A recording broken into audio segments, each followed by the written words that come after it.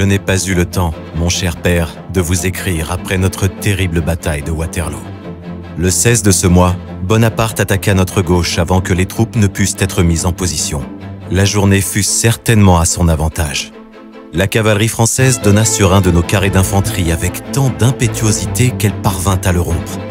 Le même jour, Bonaparte attaqua Blücher et les Prussiens avec une partie de son armée. Bonaparte fit une manœuvre des plus extraordinaires et des plus brillantes. Il rassembla toute sa cavalerie en une seule masse, chargea sur le centre de l'armée prussienne, prit 18 canons et toutes les munitions. Les Prussiens furent mis en déroute et, d'après l'aveu même de Blücher, perdirent 15 000 hommes. Le jour suivant, le 17, en conséquence de la retraite des Prussiens, nous nous retirâmes vers Waterloo. Ce point était celui que l'ennemi avait le plus d'intérêt à emporter. Lord Wellington y mit les gardes avec ordre de le défendre coûte que coûte.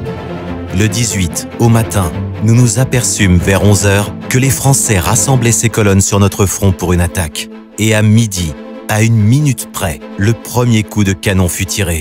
Terrible signal, car nous eûmes bientôt jugé que l'attaque de l'ennemi était des plus sérieuses et il semblait que nous dussions être annihilés par son choc. L'ennemi commença à canonner notre front avec 250 pièces de canon.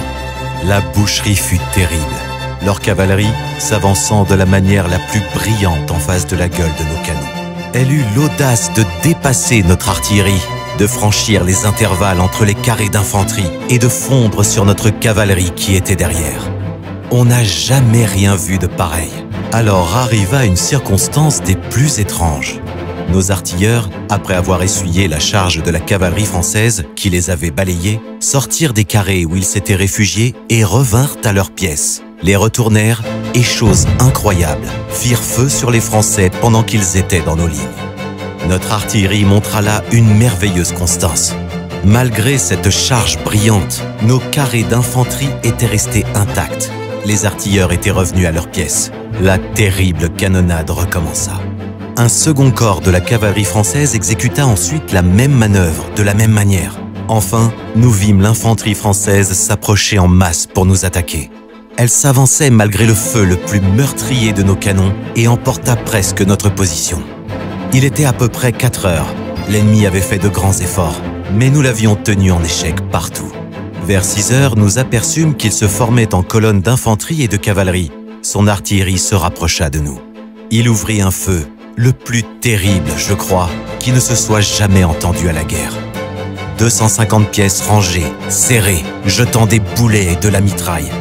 Je n'exagère pas en disant que la quantité de cadavres d'hommes et de chevaux rendait difficile de parcourir le terrain à cheval. Soutenu par cette terrible artillerie, Bonaparte s'avança à la tête de la garde impériale, la cavalerie en colonne à gauche, les grenadiers de la garde à droite. Ils marchèrent dans le plus grand ordre jusque devant nos lignes. Là, ils firent halte et commencèrent à tirer. Nos troupes étaient littéralement fauchées. Le feu était tel qu'il était impossible de résister. Notre artillerie fut alors placée sur leurs flancs, ainsi que l'élite de nos troupes, commandée par Lord Hill. J'amenai 6 escadrons de cavalerie et nous fîmes une charge générale. Les cuirassiers français de la garde, fort éclaircis par notre artillerie, commencèrent à se disperser. Puis l'ennemi amena une vingtaine de canons et nous envoya une volée de mitraille dont je me souviendrai longtemps. L'infanterie nous fusilla en même temps et les cuirassiers français arrivèrent l'épée dans nos reins. J'étais sur mon vieux cheval bai. Un coup de mitraille lui passa au travers du corps et un Biscayen m'enleva en même temps mon chapeau. Je tombais sous mon cheval. Les cuirassiers français passèrent sur moi, mais sans me toucher. Un de leurs cuirassiers fut tué en ce moment. Je saisis son immense cheval et me hissai dessus non sans difficulté. Je m'éloignai rapidement et j'étais à peine délivré d'eux qu'un Biscayen frappa mon cheval sur la tête et le tua sur place.